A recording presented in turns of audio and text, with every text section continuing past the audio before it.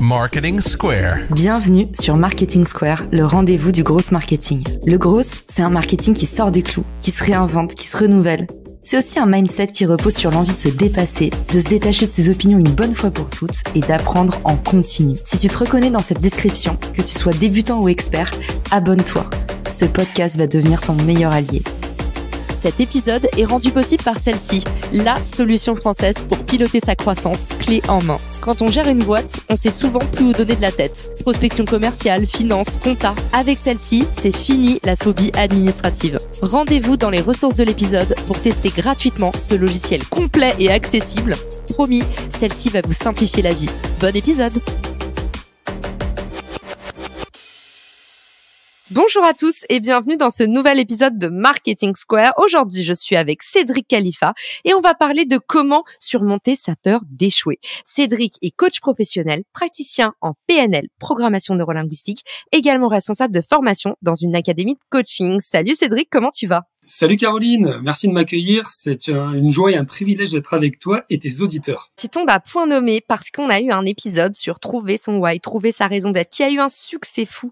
Ensuite, on a fait un épisode sur comment éviter la peur du jugement. Carton plein à nouveau. Et toi, aujourd'hui, tu vas nous parler de comment surmonter sa peur d'échouer. Le mot peur, il est omniprésent dans tous nos discours. On est quelque part toujours obsédé, tétanisé par la peur. D'où ça vient, cette obsession qu'on a d'avoir tout le temps peur de tout, à tout moment, tout le temps? Carrément, Caroline. Moi, je dirais même le mot attention. Je sais pas si tu as fait gaffe, mais le mot attention, c'est un mot qu'on entend tout le temps. Depuis qu'on est petit, on est toujours attention, tu vas tomber. Quand on est adolescent, pareil, attention, faut pas faire ci, faut faire ça, attention à la cigarette, attention aux sorties. Quand on est dans l'entreprise, c'est la même chose. Attention, tu parles pas assez, il faut faire attention à ce que tu dis, aux mots que tu emploies, il faut faire attention à comment tu t'habilles, etc.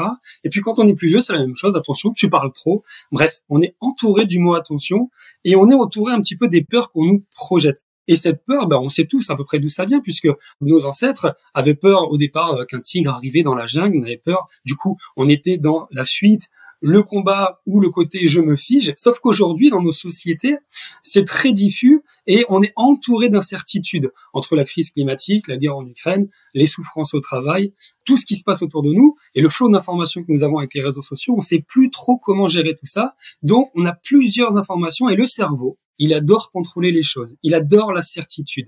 La pire chose qu'il puisse avoir, c'est l'incertitude. Or, aujourd'hui, se lancer, faire quelque chose, changer de routine, changer d'habitude, c'est l'incertitude. Et ça, le cerveau, il aime pas trop. Et en fait, c'est pour ça surtout qu'on est entouré de ce genre de peur. Toujours cette crainte de qu'est-ce qu'on va dire sur moi, c'est toujours le côté regard des autres. En fait, la peur, elle est souvent liée au regard des autres et à l'estime de soi. Et aujourd'hui, dans le monde de l'entreprise, il y a énormément de peurs. On s'autorise pas à être soi. Ces peurs, en général, est-ce qu'elles s'indexent sur notre estime de soi? Est-ce que moins t'as d'estime, plus t'as peur? Est-ce qu'il y a une corrélation entre les deux? Ouais, complètement. C'est le psychologue américain Julian Reuters qui parle de locus de contrôle. Il explique que, en fait, il y a deux manières de percevoir un petit peu le monde et les choses qui nous entourent. La première manière, c'est les événements que je le vis, je les dois à moi-même, à ma propre réussite, à ma propre contribution. Ça, c'est le locus de contrôle interne. Donc, en général, ces personnes-là sont plutôt des personnes dont l'estime de soi est haute, ou en tout cas, elles ont une forme de confiance en elles. À l'inverse, on a le locus de contrôle externe, où ici, on va plus attribuer les événements qui se passent, nos réussites, par exemple, à des facteurs externes. Et c'est là que va apparaître notamment le syndrome de l'imposteur, ce fameux syndrome de l'imposteur où je ne m'attribue pas la réussite, je l'attribue toujours à une cause externe parce que je suis pas à l'aise avec ça, parce que le regard des autres, parce que je ne me sens pas crédible, etc. Toutes les peurs que j'ai, la peur de à chaque fois passer pour quelqu'un que je ne veux pas être. C'est très lié à l'estime de soi. Or, c'est pas une problématique d'avoir ce syndrome de l'imposteur. L'effet de Dunning-Kruger, qui est également appelé l'effet de surconfiance, c'est l'effet qui est de se dire que j'ai tellement confiance en moi que j'oublie que je ne maîtrise pas tout. Et le fait de ne pas avoir confiance en soi nous permet d'avoir assez de recul, de douter des choses pour nous remettre en question. Et en fait, ça revient à ce qu'on appelle la flexibilité mentale. Et c'est fondamental d'avoir cette flexibilité mentale, une forme d'ouverture sur les choses, d'accepter qu'on n'a pas toujours raison et d'accepter la remise en question. Et ça, quand on a le syndrome de l'imposteur, c'est génial parce qu'en fait, à chaque fois, on va se remettre en question. Évidemment, il faut pas que ce soit trop présent, il faut pas que ça nous paralyse, il faut qu'on en fasse une force, il faut qu'on puisse se questionner et se mettre en mouvement. Pour pouvoir vaincre, du coup, ces peurs, il faut abolir nos croyances. Pour abolir nos croyances, il faut comprendre quelles sont-elles. Comment est-ce que tu fais, toi, pour identifier un peu la source du mal? La source du mal, effectivement, c'est une bonne expression. Une croyance, c'est quoi? C'est quand ce que je vois, ce que j'entends, ou quand je fais quelque chose n'est pas aligné avec ce que je crois. À ce moment-là, on rentre en dissonance cognitive, c'est-à-dire que j'ai du mal à accepter cette réalité. Mais les croyances, ça peut également être des croyances aidantes. Il peut y avoir des croyances sur lesquelles on peut s'appuyer. Le problème, c'est quand ces croyances deviennent limitantes. Par exemple, une des croyances que j'entends le plus souvent en formation, c'est « je ne suis pas fait pour l'entrepreneuriat ». Ça, c'est la croyance que j'entends le plus. Le côté « l'entrepreneuriat, c'est fait pour les extravertis », enfin, ce genre de choses. Ça, c'est une croyance. C'est-à-dire que j'ai érigé un principe, quelque chose d'assez irrationnel finalement, dans lequel soit je me réfugie, soit je me protège, pour éviter d'aller me confronter à la réalité. Et là, ça devient problématique parce qu'on est bloqué et enfermé dans notre croyance limitante. Pour modifier un petit peu ça, pour sortir de ces croyances et quelque part vaincre ces peurs, il y a un protocole que j'utilise beaucoup en coaching PNL et que j'enseigne à l'Académie européenne de coaching. Ce protocole, c'est un protocole en 4 temps. La première chose, c'est se confronter à sa croyance, c'est-à-dire la faire passer à l'épreuve des faits. Prenons l'exemple de « je ne suis pas fait pour l'entrepreneuriat ». Les questions que les auditeurs vont pouvoir se poser, par écrit, c'est toujours bien, c'est de se dire d'abord « qu'est-ce que c'est l'entrepreneuriat ? C'est quoi l'entrepreneuriat ?» Ensuite, qu'est-ce qui me fait dire que je ne suis pas fait pour l'entrepreneuriat ? Troisième question qu'on pourrait se poser, est-ce que à l'inverse, n'y aurait-il pas des éléments qui me permettraient de dire que je suis fait pour l'entrepreneuriat ? Quatrième question qu'on pourrait se poser, est-ce que j'ai des exemples de personnes qui fonctionnent comme moi, mais qui effectivement ont eu du mal avec l'entrepreneuriat, mais qui y arrivent. On se pose plein de questions pour rationaliser la croyance. On va vraiment la ramollir, on va la rendre tangible et concrète. Donc, premier point pour abolir ces croyances limitantes et transformer sa peur en joie, c'est comprendre la situation, prendre du recul, rationaliser. Et du coup, pour ça, tu nous as donné la liste de questions à se poser, la technique de contournement du genre qu'est-ce qui ferait que, par exemple, je serais fait pour ça? C'est tout à fait ça. Et cette phase-là, la phase numéro 1, doit prendre assez de temps pour que je puisse vraiment commencer à rendre rationnel ce qui était un peu irrationnel avant de passer à la phase numéro 2. Cette phase numéro 2, qui est très importante, c'est la phase où je vais commencer à chercher des angles de vue plus positifs. Plutôt que de rester sur le fait que je n'y arriverai pas, je vais commencer à me poser des questions sur « et finalement, est-ce qu'il n'y a pas moyen que j'y arrive ? Ou qu'est-ce qui pourrait m'aider dans ma réussite ?» Les questions pourraient être du genre « dans l'entrepreneuriat, quelles sont mes qualités qui peuvent m'aider ?» Ou est-ce qu'il y a des ressources externes, des personnes que je connais, qui pourraient m'aider et qui pourraient m'accompagner? Est-ce que j'ai des ressources internes en moi, des valeurs par exemple, sur lesquelles je peux m'appuyer et qui peuvent me permettre de réussir dans l'entrepreneuriat, etc., etc. L'idée étant vraiment de modifier l'angle de vue et d'aller se poser un maximum de questions pour voir une perspective positive. Ça, c'est le deuxième point. Qu'est-ce qui se passe à l'issue de ce deuxième point? On est en train de modifier la représentation de notre croyance. On partait de quelque chose avec une énergie et une motivation basse, assez négative. On sort de là avec une énergie et une motivation haute, avec une envie, une dynamique qui fait que finalement, on commence à croire en soi et on commence à mettre de côté la peur d'échouer. On oublie même pourquoi on avait peur. Très souvent en coaching, j'aime bien poser la question à ce moment-là. C'était quoi déjà ta croyance limitante? C'était quoi déjà ta peur? La personne a oublié quelle était sa peur. Pourquoi? Parce qu'on a construit tout un chemin neuronal qui fait que on se projette vers une représentation positive.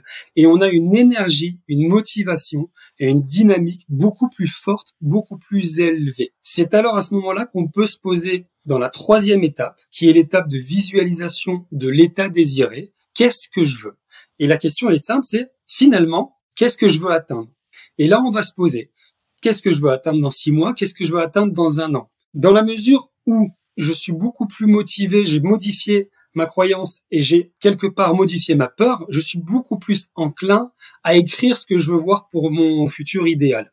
Ça, c'est la troisième étape. Idéalement, ce qu'on fait à ce moment-là, c'est qu'on essaye d'imaginer une journée idéale. Et puis, on la décompose. Et puis, on essaie de voir ce qu'il y a autour de nous, comment sont les personnes autour de nous. Voilà, ça, c'est un exercice de visualisation.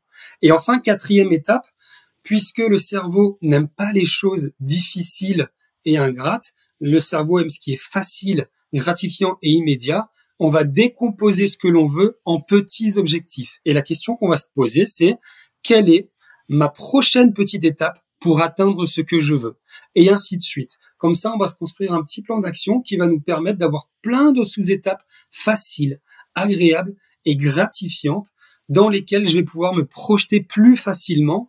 Et du coup, fini la peur d'échouer. J'ai vraiment surpassé ça grâce à ce protocole et je peux vraiment me lancer et me mettre en mouvement.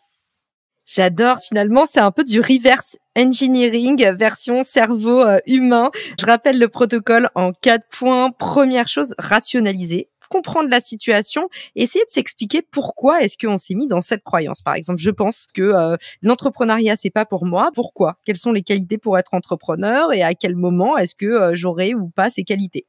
Deuxième point, tu nous dis, on change la perspective pour se forcer à changer d'angle. Et là, c'est et pourquoi pas?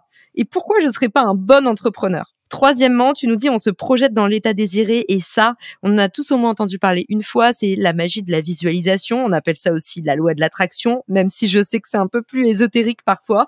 Mais du coup, là, on se projette finalement dans un état d'abondance où on serait un super entrepreneur par exemple. Et quatrième étape, tu nous dis on réfléchit à la prochaine action pour tendre vers l'état désiré et être capable enfin de passer à l'action. Est-ce que j'ai bien résumé, Cédric? Est-ce qu'il y a des choses que tu aurais ajoutées?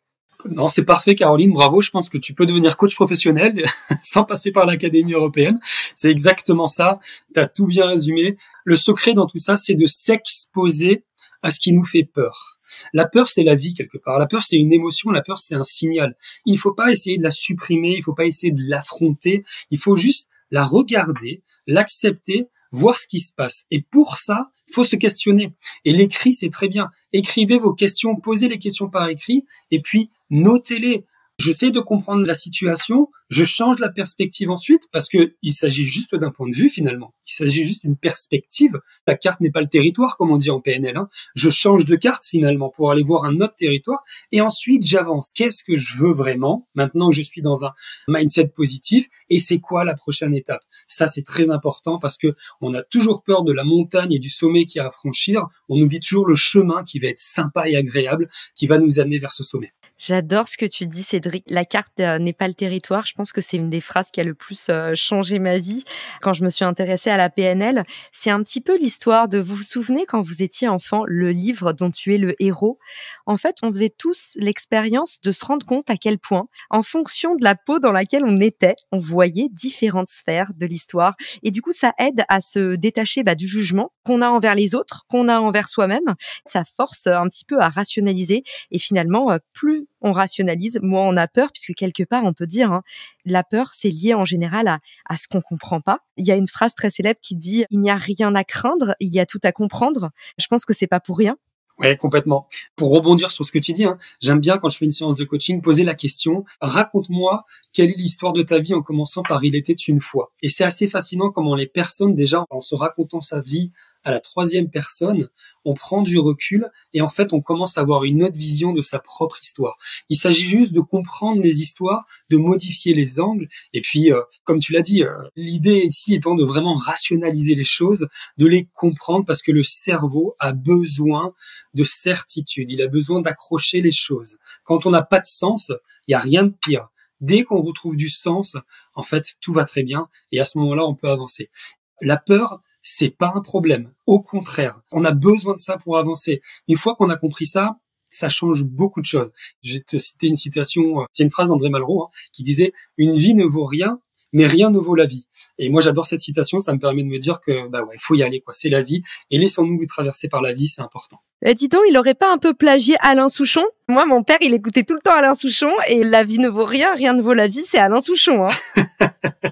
Je sais pas qui est le plus vieux entre André Malraux et Alain Souchon, mais il y en a un qui a plagié l'autre. En tout cas, merci. C'était un épisode plein d'émotions. Je sais que vous les adorez, ces épisodes un peu extra boost. En fait, cette fois, c'est peut-être la fois qui va vous permettre de vous libérer enfin, d'oser passer à l'action. En tout cas, moi, j'adore cette phrase. J'y vais, mais j'ai peur finalement. Au terme de cet épisode, j'espère que vous serez d'accord avec Cédric. La peur, c'est un énorme moteur. Alors, il faut l'utiliser comme tel et il faut y aller, oser y aller. On a hâte d'entendre vos retours sur l'épisode. On a hâte d'écouter vos histoires. Quelle peur vous avez envoyé valser suite à cet épisode? Cédric, merci 1000 fois pour ce petit coup de boost de la journée. Où est-ce qu'on peut te retrouver pour t'envoyer des messages d'amour, des questions ou se connecter avec toi parce que t'es trop sympa? Écoute, moi je suis présent sur LinkedIn, Cédric Khalifa. J'adore discuter avec les gens. Autrement, venez nous rejoindre à l'Académie européenne de coaching. On reçoit les gens, on vit des expériences de vie, on est une communauté, une famille. Voilà, c'est important pour nous, la richesse des personnes. Merci beaucoup Caroline, merci à tes auditeurs. J'espère qu'ils prendront autant de plaisir que j'en ai pris. Et puis juste pour terminer, je dois vous avouer que j'avais un petit peu peur avant de commencer, mais c'est justement parce que j'avais peur que je me suis dit que je suis dans le vrai et que je l'ai fait. Et merci Caroline, c'était chouette. Trop fort, t'as très bien fait Cédric et c'était un super épisode. Merci beaucoup, merci à tous pour votre écoute. On a hâte de vous lire et je vous dis à très vite pour un nouvel épisode. Ciao! Si cet épisode te plaît, tu peux le partager en me taguant ou lui laisser 5 étoiles sur Apple Podcast. Marketing Square.